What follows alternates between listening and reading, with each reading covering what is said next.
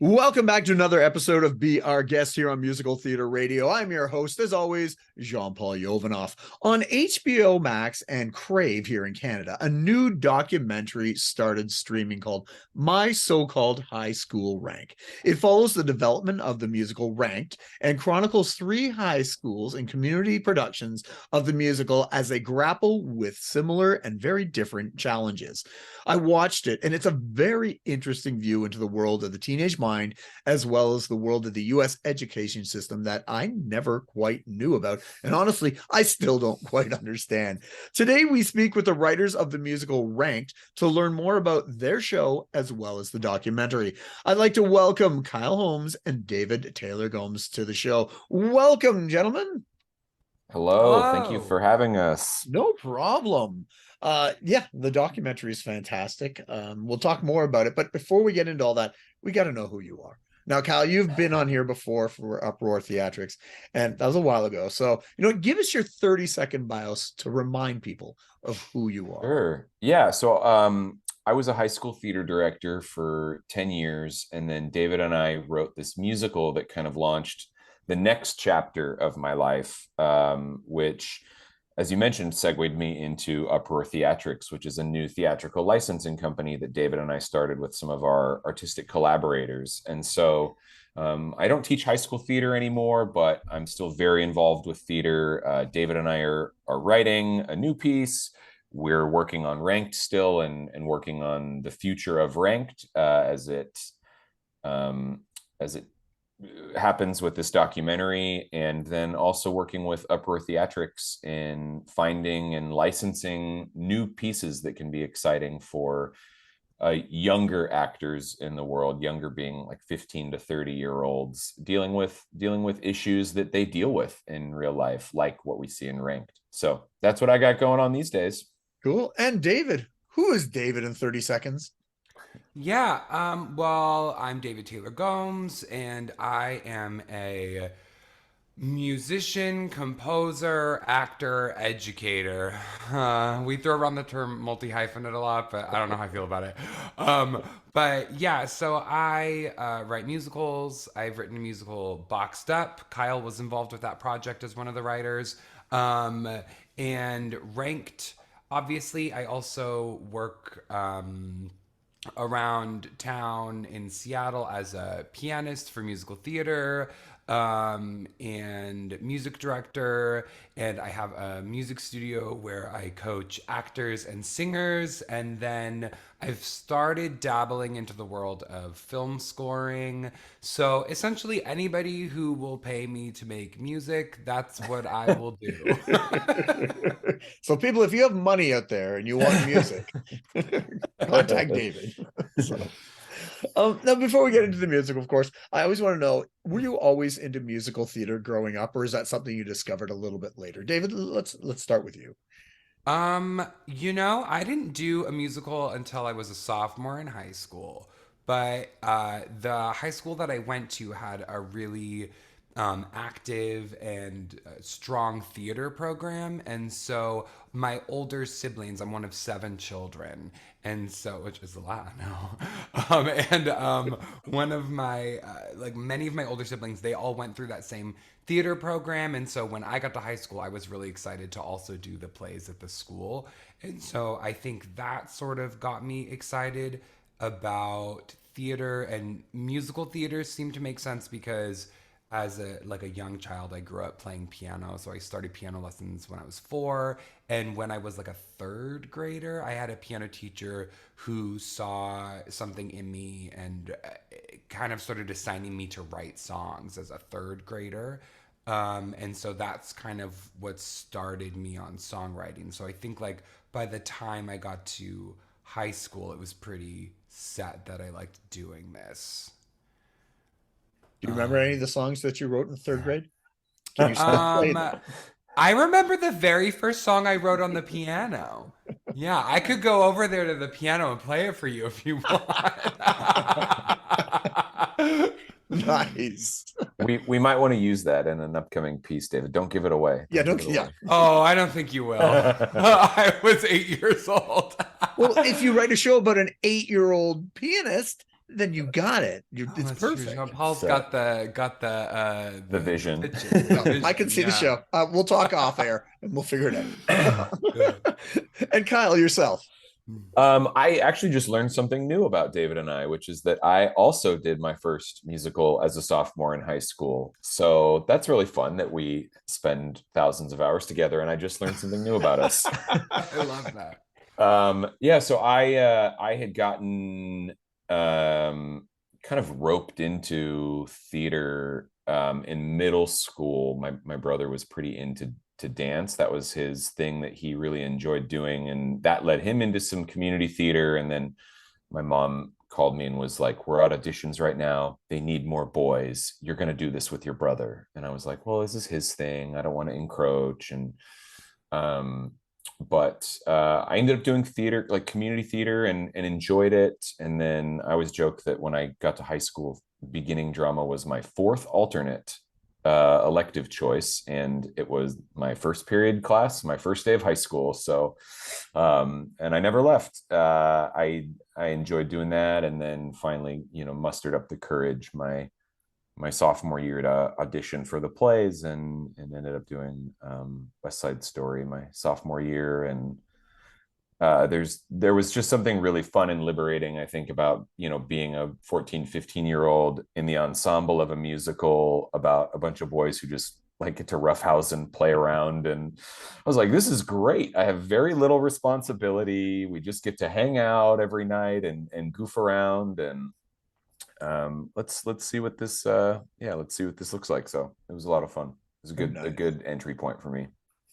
So my question is, how did the parallel lines of Kyle and David intersect? Where was that moment? What was that? Well, I think I think I'm a few years older than David, and so we didn't really cross paths in high school. We went to, I think rival is too strong of a word, but we went to the high schools down the street from each other. There wasn't much rivalry between us. Yeah, mine was clearly the super. No, I'm just kidding.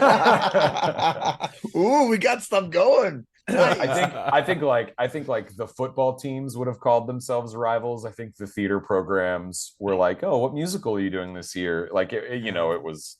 I don't know. I remember there was a year where we were doing Crazy for You, and I think you were doing 42nd Street, and we did a tap off in the Denny's parking lot.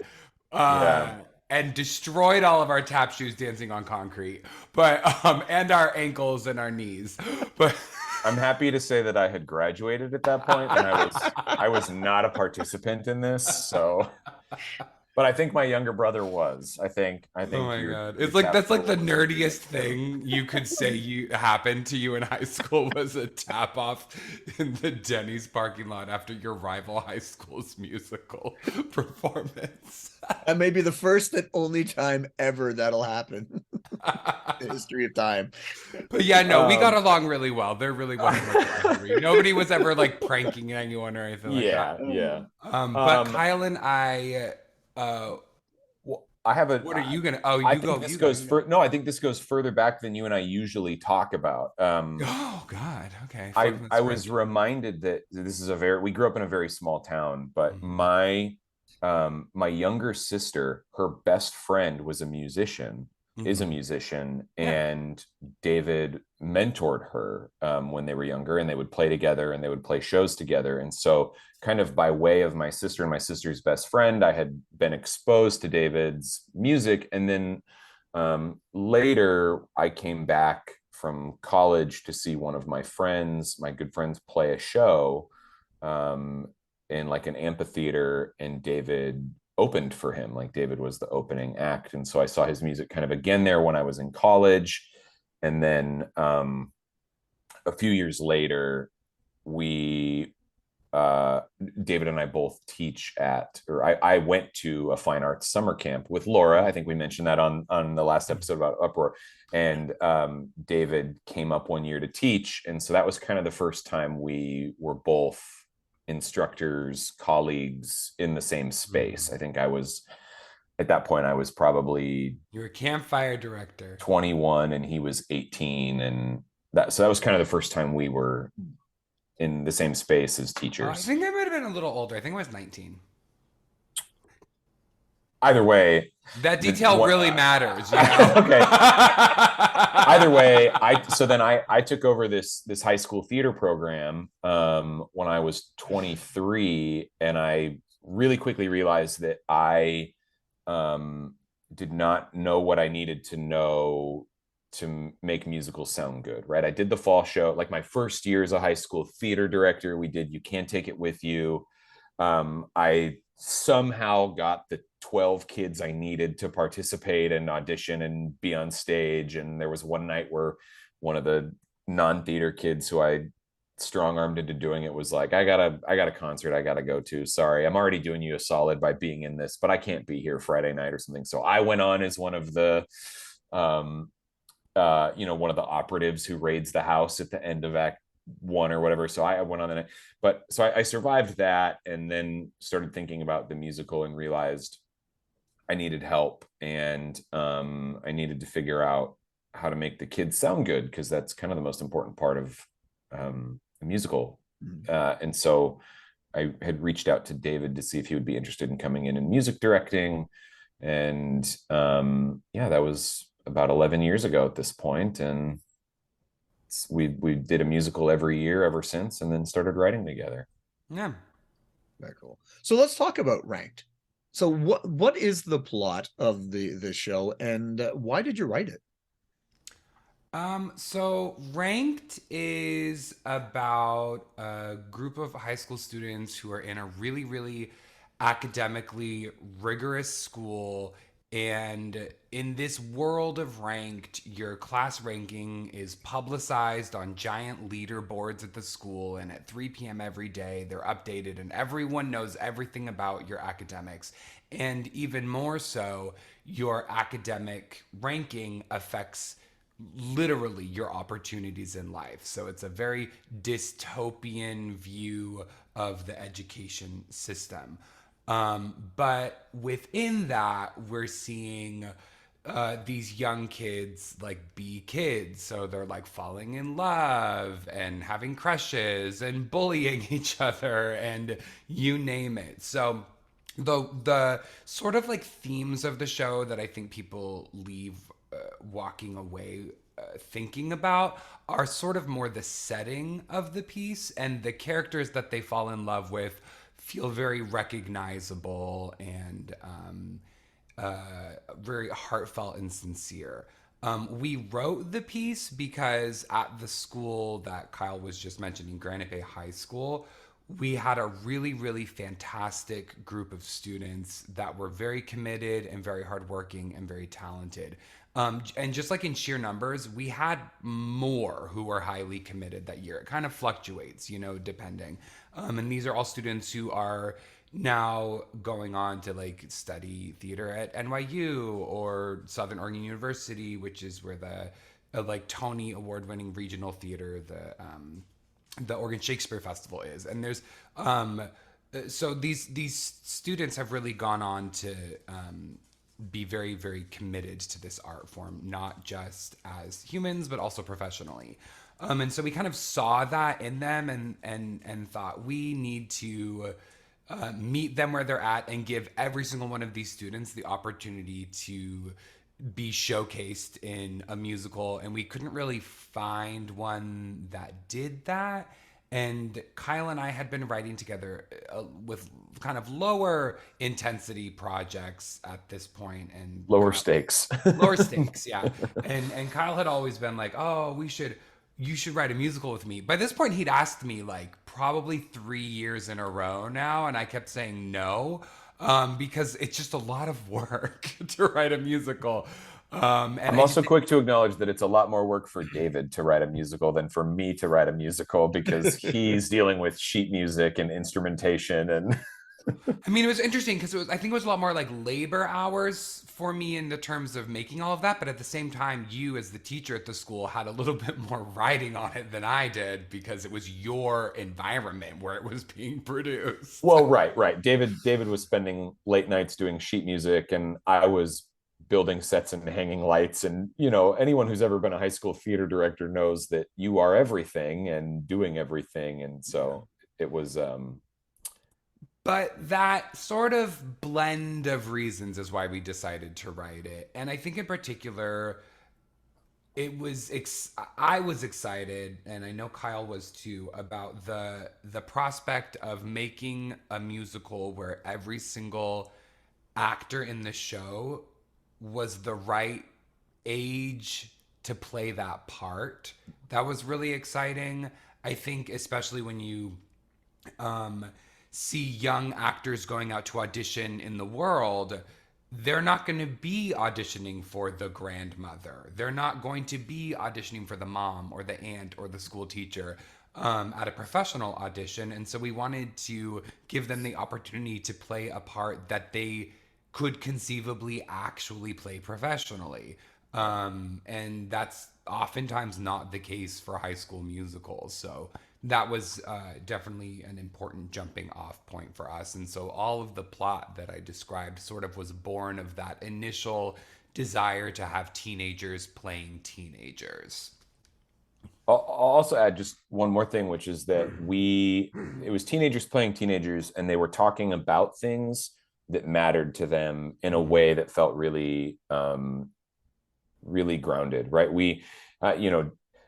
David just described like, oh, they were kids dealing with bullying and crushes and things like that. But these characters in the show are also dealing with death, and they're dealing with poverty, and they're dealing with, right, like real issues that young people grapple with that we don't often see reflected on the stage. And and we had the kids in our program that year that were ready to handle that material, and also felt really empowered that they were being asked to tell that story to their community, right? Like we had students in our program that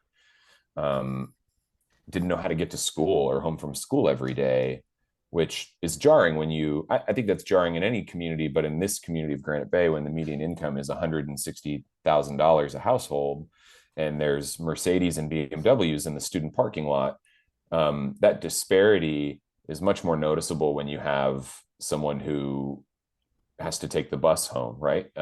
And so I think knowing that theater communities are theater communities, and everyone kind of knew everyone's business and loved everyone for it and supported everyone for it, but we had students that felt really empowered to be able to say, like, I do want to go speak. Like I feel very humbled, and I feel very capable of sharing this story with our community, that this is what the reality is for some of my friends and some of my peers or myself. And so I think that there was that element to it, that we were really inspired to see the reception of our students to that material. We always say that it's a show about academic pressure, but it's really a show about young people, and academic pressure is just kind of the backdrop. Mm-hmm. So yeah, that was a very long answer to your question. But thorough and correct. So there's nothing wrong with that. Long is okay. What was the turnaround period from the idea of the concept to that first staging? Because I'm guessing it has to be relatively quick. Yeah. So I remember Kyle. What do you think? It was like maybe February. So we started. No, when you first said, "Hey, what if we write a musical?" Yeah, probably February is. Any theater director will tell you, right at the moment when your current musical is supposed to open is when you start thinking about the next one, because it's a little bit of relief from worrying about your current one. And so, yeah, I think we were probably just opening, or maybe the day after we opened Jesus Christ Superstar in the spring of 2018, that I was like, well, David, I've looked through the whole canon and the whole catalog, and there's nothing left. So I think it's time we write something. Mm-hmm. So probably April of 2018, February, March, April, we started talking. We started writing May of 2018. We had the first act done and auditions like in December of 2018. We didn't have a second act when we auditioned the kids and started writing. And there's a handful of songs they used at auditions that aren't in the show. Yeah, they don't. We're like, actually, that song makes no sense, but you sing well and you brought the emotion. And then it opened in April 2019. So I mean, really 12 months. And I'll also add, going back to our students and their, we wanted to give them this experience. We wanted to give them, because we knew so many of them were going into the industry. When you go into the industry, if you're going to go get a BFA, you're working on a lot of new theater. You're developing new material. That's what the industry is. And so we wanted to give them that experience, but I also want to give them a lot of credit because they I think about these stories often now that the documentary is out, but they would share with us the shit they were taking from their peers at other high schools and at other, because they're doing well-known canon musicals at these other high schools, and they're playing these leads that they're excited to put on their resumes for college, and saying to our students like, oh, your drama teachers are writing your spring play. That's really cute. Oh, they don't have the second act done. Ooh, good luck. I hope that works out for all of you. Yeah, but who's laughing now? Exactly. All of our kids now have an HBO credit on their resume. So. That's what I'm saying. But it is. But to be 17, to be 18 years old, and to trust us and have to roll with what we were giving them in spite of some of the flack they were hearing from their peers and probably their families and probably right. Like I commend them for rolling with it, and I can acknowledge that would have been a tough situation to be in as a kid, to have to defend your drama teachers who are writing a musical, who have never written a full-length music, like that's a lot. So on the flip side though, I think that's why we knew we could do it, because we knew these kids and we knew the kind of fulfillment that they got from art. We'd already done some more kind of out there, off the beaten track stuff at the school already, and the way that they felt privileged and excited to be able to be doing something that was more sort of exclusive and unique as opposed to mainstream, definitely empowered us to feel like we could pull this off. A fun anecdote about the timeline, though, which I just feel like is shared. We haven't talked about this in a while, but I want to share it with you. I don't know what he's about to share. No, the way we told them we were doing it, because this is a great, it went really well. So I feel like if anyone else wants to write a musical for their students, here's a great strategy for how you can broach that topic, because it is difficult. We have learned, Kyle and I, a bit about how much imagination you're allowed to let people have about the thing you're pitching, because they are going to come from what their knowledge is and what their experiences are. And that might not be the same thing that you're actually pitching. So when we say, oh, we're going to write a musical for the high schoolers, most people are going to think of like Disney's High School Musical or something like that. And that is a very different tone than what we wanted to create and what we did create, and a very different story. And so what we decided to do was write a song and a scene to surround it,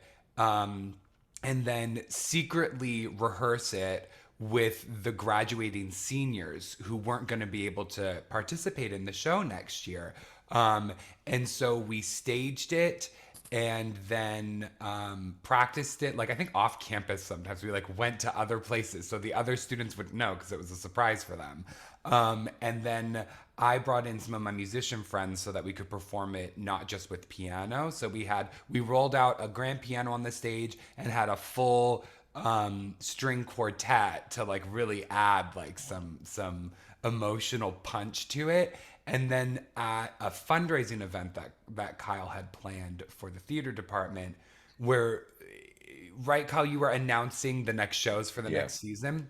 Yeah. He says, we've decided to write you a musical. And you kind of hear the audience. Yeah, and they're kind of like shifting in their seat, like, is that good or bad? Like people are trying to like suss out the situation. But if you're 17 years old, that's scary, right? What do you mean you're writing a musical? Because you don't know. Like, I want to put a lead on my resume. I want to put a show on my resume that people know, right? That's an important thing. And so to let them know how seriously we were going to take this and what our expectation of it was. Then he says, and not only that, we've already started writing it, and here's a number from it, fully produced. And then like the curtain rises, and then all the kids are freaking out because they weren't expecting a performance, you know.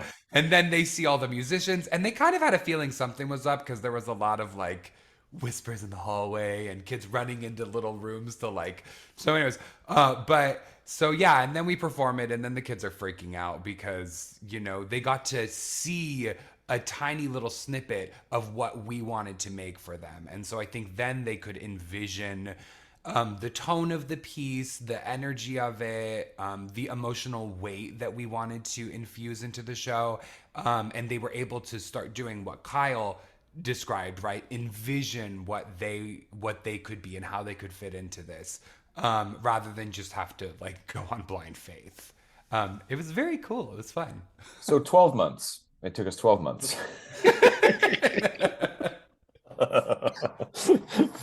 Well, I'm glad you said more than 12 months, because this would be a really short interview if it was just one word answers. Yeah. So, well, let's transition kind of in the documentary, if I'm remembering correctly. This is kind of where the documentary begins, is where you are. So let's transition into the documentary and talk a bit about that from where you are at the show has been written, and let's talk about the documentary. Yeah, I think so. One of the things that David and I learned a lot through this process, that now we give workshops on it because it's literally why we've ended up where we are, is how to present and how to take advantage of opportunities and how to really package the thing that you're making in a way that makes it as appealing and accessible as possible. And I think that oftentimes that is not at the forefront of what artists are thinking of when they're creating their art, right? They're creating the thing and then they want it to take off. But David and I spend countless hours thinking about how to make it as well received as possible and appealing as possible and all of these things. And so starting with this presentation that David said, right? We can't just tell these kids and these families we're going to write a musical. We have to give them something that will make it irresistible to them that we are writing a musical. So we did that. The HBO documentary picks up in the exact same way. David's husband was listening to NPR and the college admission scandal was being covered a lot. And he said, hey, I think, Alyssa Nadbury is doing all this coverage. You guys should try and email her. And so then it became, okay, I'm going to write an email to this NPR reporter and hope that she cares. How do I make sure she opens the email? How do I make sure that once she reads the email, it's something she cares about? And I mean, it sounds so simple, but like, that's something that I spent 5 hours on an email that has 40 words in it, right? Because I needed, and so my subject line was admissions scandal musical ? Right? Like, click on me. You want to learn what this is. And she did. And she said, this sounds really interesting. Let's chat. At this point, we had already had one weekend of performances. We had six shows, 3 and 3, Thursday, Friday, Saturday, Thursday. So we're in between here. And we had a conversation on the phone with her. And before she scheduled the call with us. And the first thing that David and I said is, we need high quality audio to give them. We know that the only way that this story works is if they have music that says what they want it to say and it sounds really good. And so before we even got on the phone with her, we had some, we'd done some demo recording stuff earlier, but we sent it off to our friend to be mixed and mastered and produced well. Taking this full circle, that friend was my friend who David opened for as a musician in high school, a decade ago. So we sent it to him. His name's Andrew Herringer, to be mixed and mastered. And so then we sat down the next day and we talked on the phone with Alyssa, and she said, okay, this is all super interesting. Do you happen to have songs from the show? And we said, yep, we'll send them to you right now. We have it ready to go. And we sent her a script. She wanted a different song. She wrote back. She said, I want this one that talks about paying for textbooks and grades. This one lyric, do you have a demo of that? And we said, Of course we do. And we did And then we not. went and made one. And then we went and made one, and we had it to her within several hours. But just understanding that, like, the speed at which some of this stuff moves, you have to be willing to go along with it, or it's not going to happen, and you're going to miss your opportunity. Mhm. The NPR story ran, and I think that was really like, the life changing, the trajectory changing moment for this musical, because it ran on Morning Edition, and the headline was a dystopian high school musical foresaw the college admissions scandal, in this really great 3-minute segment, and millions of people heard it. And one of the people who heard it was an HBO producer, who was looking for a new way to tell the story of the college admissions scandal. They were trying to find a way in. And so she reached out to us. Her name was Sydney, and we talked to Sydney for a while back and forth. And she was like, gosh, it's such a bummer that your show is closing this weekend. It'd be great if we could get out there and film some stuff. Yeah. And we said, gosh, isn't that something? It turns out that we're actually doing another show of this in June, 2 months from now, at a big, beautiful theater in downtown Sacramento in June. Does June work for you? Because that's when we have our show scheduled for this thing. We didn't have a show scheduled. We quickly pulled all this together, and they said, that does sound great. We're going to come out and we're going to film it. And that's literally where the documentary opens, is on that night at that show. Mm-hmm. That's insane. Crazy. It was insane. We say that all the time. We say that all the time. It was insane. But I think I know we'll get into talking about the documentary and stuff. I really want to communicate to all of the theater artists and musical theater artists that what David and I have put so much time and effort into, which is taking advantage of these windows and these opportunities, and making the presentation of the product exactly what it needs to be. And like, the night before the NPR story ran, David's husband and I, the three of us, were up until 1 a.m. making a website for Ranked, because we didn't have a website, and we knew that was the first thing people were going to want to do when they heard the story, was, I want to go learn more about this. And so it's just like, these opportunities for artists present themselves not very often. And so you need to really make sure that you're ready when they do. You need to have the professional photos ready. You need to have the demos of your songs ready. You need to have the website and be able to be found, and make sure there's an email address, so that when an HBO producer is trying to get in touch with you and they find your website that went live 6 hours ago, there's an email address sitting there for them to reach out to. And so, I think that, if there's any lesson for any theater makers out there from any of this process for us, it's do everything. We have such little control as artists sometimes on our work and how it's perceived, but how you prepare for big moments is 100% in your control, and put in that time and that effort to make sure that you can take advantage of those opportunities. Yeah, and don't make people struggle to find you. Let people find you. Yeah. Yep. I've had that problem. Just I've found a new musical or something, and I just want to do more research, and there's nothing there. And I'm like, okay, I'm interested in helping you, but if you don't want to help yourself, I got nothing. There's an interesting preciousness in the industry, I think, about keeping things secret until they're ready.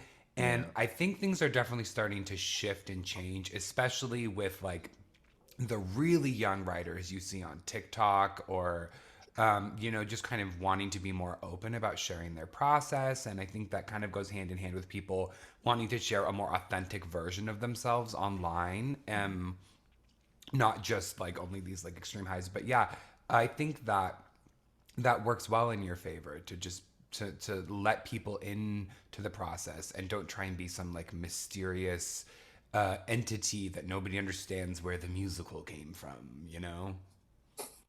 So we've encountered a few of those. We have, yeah. And what it does is it just makes you go, oh well, I guess they don't want to be found. I guess they don't want. I guess they don't care. Like, bye. Yeah, Exactly. Yeah, everybody's a person. We're just people.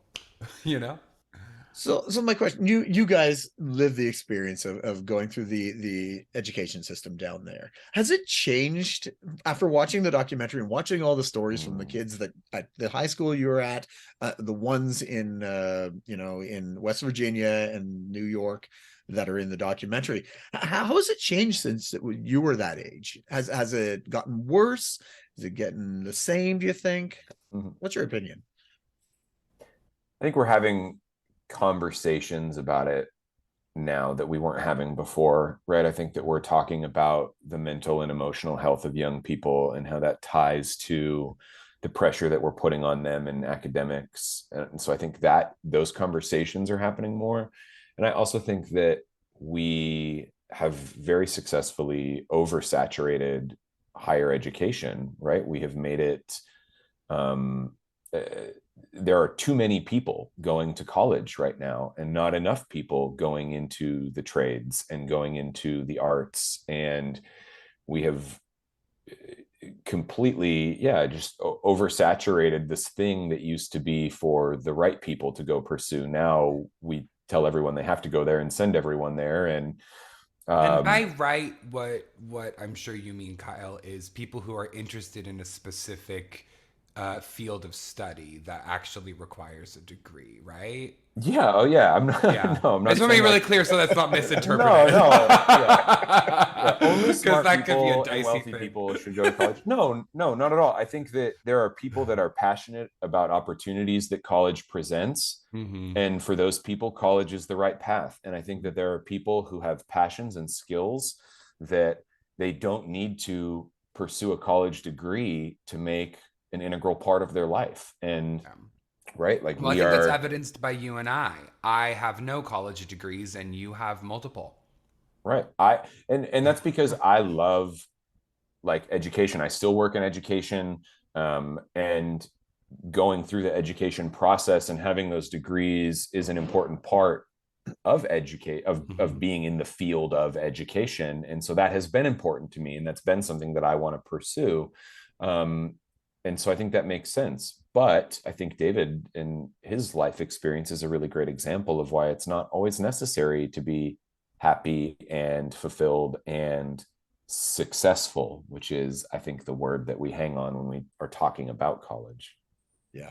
I know Yeah. it, like in the documentary, and I've seen it in general life, you know, yeah, like you said, not everybody necessarily needs to go to university or college, but there's a lot of pressure from the parents, be Mm-hmm. it generational or cultural or whatever, say you have to do that no matter what, whether you want to or not. And that definitely needs to be changed. I know with my children, I'm like, go do what you want to do. You will figure out, and maybe you won't be as rich or you won't be as whatever, but that's okay. Figure it out. It's such a complicated thing to untangle, right? Because it's like family pressure, it's societal pressure. It's funny because I think what we just want is we want to feel impressive, or we want, or people around us want to feel like they're surrounded by people who are impressive, who've done something or are doing something. And so a lot of times that thing is, well, this is the college I went to. And it's funny because even like at the after party for the film when we premiered it in New York City, it was interesting having conversations with a lot of people who were like, oh, well, how do you know these people? How are you here? And they're like, oh, we went to college with this person. And then inevitably, and I don't mean this judgmentally, but it's like inevitably there might be like, oh, well, I went to this college, and then there's that funny feeling in the conversation because we just watched a movie about the kind of downside of really extreme academic pressure and making the school you go to such an integral part of your identity that then they go, but like it doesn't really matter what college, and it's like, but it does matter a little bit, obviously, because we're talking about it. So it's a really strange thing to grapple with because obviously education is great, school is great, but like Kyle said, everyone can't go to like an Ivy League school, for instance. There's just only so many places to, there's only so much room. So yeah, it's a funny thing to kind of pull that apart. And also our society can't function if every adult goes and pursues a degree in the humanities, right? Like we need people to offer trade skills. We need Yeah. people to be engineers. We need people, right? I mean, like for us to have a healthy society and community, like we need people that are passionate about things that aren't Chaucer. Yeah, In fact, it's I would this. argue we need far less people interested in Chaucer, but I think it's all connected. It's the same. This is just another side of the conversation that we have when we talk about like housing as a basic human right, or like a fair and livable wage. Like all of those things are interconnected because it's like all of these things need to happen for society to run well and for people to live lives that are not constantly a struggle. So how do we as a society get there? It's so overwhelming. well, and going back to why is this the way it is, and Jean Paul's comment about his kids. I think that this stems from a place when we talk about like the parents and the parents putting pressure on their kids. It really comes from a place of parents want their kids to be okay. Parents want their Mm-hmm. kids to be Yeah. financially dependent and independent. Sorry, and to have health care and to put a roof over their heads and have a family if they want to have a family. And um, over the past several generations, that has meant going to college, right? Like if you have a degree, then you can get a job that has more stability and more dependency than if you didn't have a degree. And so I think when I have had conversations with parents, and that's where it comes from. It doesn't, I think the belief is really like, well, if my child can pay their bills and have a place to live and have healthcare, even if their job doesn't make them happy, because they have those basic human needs, they can then do other things to make them happy, right? They can go do a community theater play, and they can write in their free time or play music. And so I think that's where that comes from, which means that a lot of it is very fear driven, right? Oh Like yeah. we are afraid that our kids won't be okay if they don't have a college degree, and that fear is what has led us to the college admission scandal and everything else we're talking about. It all Yeah. comes from a place of insecurity and fear and wanting people to be okay. Well, my And my my oldest wants to be a librarian, so we'll work at a city library. The other one's going the trades. I already told them economically, you're going to be way better off than me, no matter what happens. I'm in the arts, yeah. Let me so tell you what I pay my contractors right now. exactly. I'm like, go. You can take care of me when you're old. When I'm Yeah, old, Yeah. yeah. but so when you watched the documentary, was there anything that surprised you when you watched it? Something that stood out and you went, oh, I Mm. didn't know that, or something that hit you? I think for me, when David and I license ranked to people, we don't get the opportunity to meet those kids, right? The Mhm. theater teacher chats with us. We send them the materials. They will ask a question or two along the way. We hear from them at the end, like, "Oh, this was great. People loved it. Thanks." And then sometimes we'll see stuff on social media. And so for me, being a theater teacher for 10 years, so much of my job was just, like having that relationship with my students and loving all of them and loving their highs and their lows and being a part of their everyday life. And um Ricky and Annie, the directors of the film, it was just such a gift for me to have that lens into these other kids' lives, right? To Sonny and to Annie and to Isaiah and Evan and Jolie Marr and all these kids to be given the gift of that window into their lives in the same way that I viewed my own students it was really, really special. And I'm just so grateful um, that I got to see that and feel like I got to have that experience again, even in a really small way that I had with my own students. That was really special for me. Yeah, I think that kind of like adding to what Kyle said, there's something we've talked about this. we got to know the directors, Annie Samberg and Ricky Stern, pretty well through this process because it just kept getting extended because of the pandemic. So it started out being like, oh, we're going to work on this for a year and then 2 years and then 3 years. So it just kept going. So by the time that we're now here, where the film has come out, it's kind of sad. Like, and we've expressed this sentiment with a few other people too. We're like, oh, it's over. It's so sad. This has been so fun. We're gonna email people about now. Yeah, now what are we gonna do? But I think like in terms of what's like surprising or like something that we didn't expect, I definitely think Kyle hit the nail on the head. Like I didn't expect to, and looking back, it feels silly. Like of course I would feel this to care so much about all these other people who are in the film.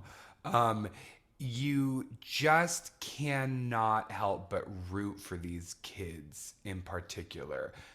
There's a lot of students in the film who are first generation immigrant students, and you just see um, the extreme amount of work they put in, but it's coupled with such a sort of sobering um, realism. Like you hear a lot of the students say like, I know that all I can do is be my best. That's all I got. All I can do is be my best. And it's so it's just like I don't know, it's very moving to see the journey of these students. And then the fact that we got to meet them in person at the end of this process at the premiere was like a Trip. giant family reunion. It was like It was the a trip. coolest thing in the world. It was Yeah. so nice to just be like, oh my God. And especially because most of them hadn't seen it till the premiere, and Kyle and I had gone to some other festivals and seen it. By that point, I was like, I can't wait to meet these people and just tell them how inspired I feel by them and how honored that that I feel that they used the art that Kyle and I created to become a more in touch with their own art and to become activists in their communities and to become many of them songwriters themselves. Like there's this ripple effect of inclusion where everyone feels more empowered to go do the thing that maybe they didn't know they could do. And so I definitely feel that by being included in this film, I feel much more capable talking to directors. I feel much more capable talking to producers. I feel much more capable just talking about my own art, because that's what happens when you do that for 3 years for a documentary.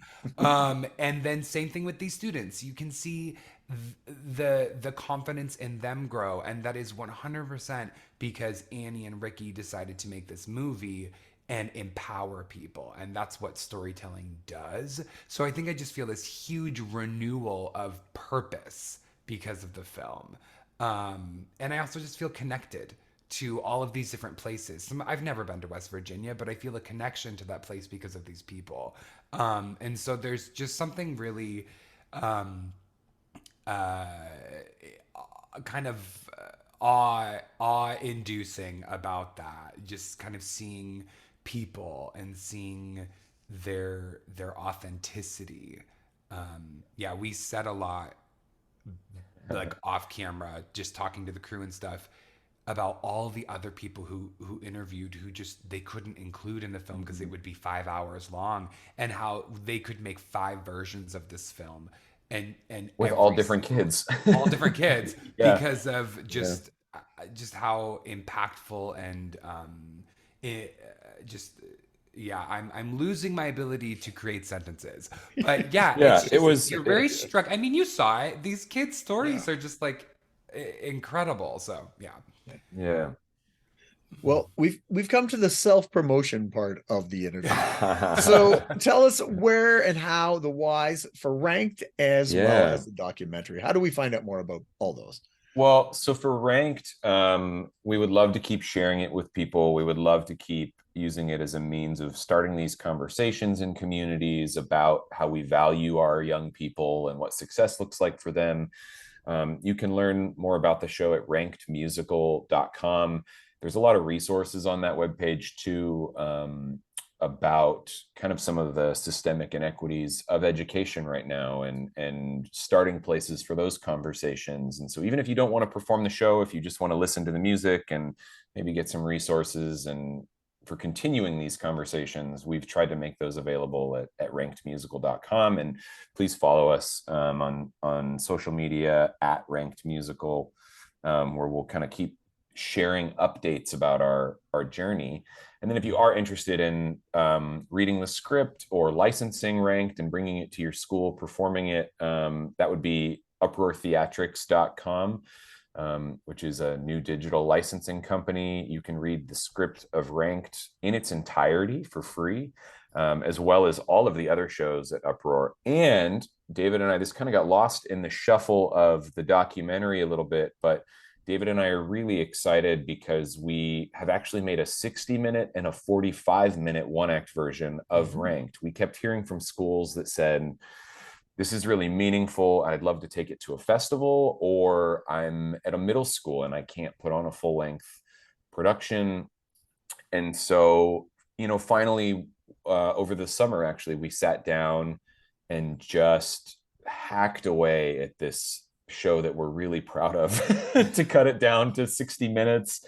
And as soon as we put the 60-minute version out, someone came to us and said, this is amazing, my festival time limit is 45, could you do 45? And we went, yeah, we could do 45, I guess. It's a third of the length of the original. And so also at uproartheatrics.com, you can find the 45-minute version and the 60-minute version if this is kind of a compelling story that you want to share with your community, but you aren't able to put it into a full feature length, time slot for a musical. And so we are really proud of those versions of it. It's not the whole story, but we feel like it is a really great representation of the characters and the conversations that we're starting.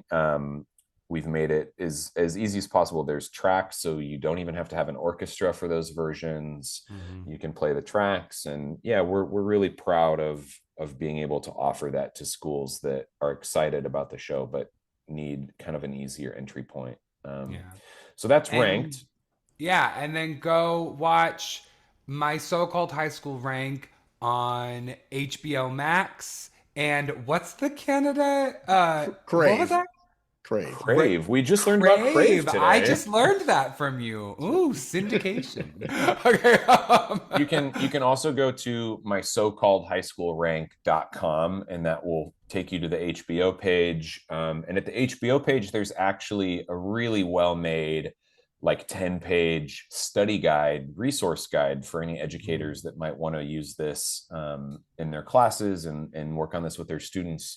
HBO has provided materials so that you can do that, and some kind of questions and responses and things like that. And so that's really great. I do have to apologize.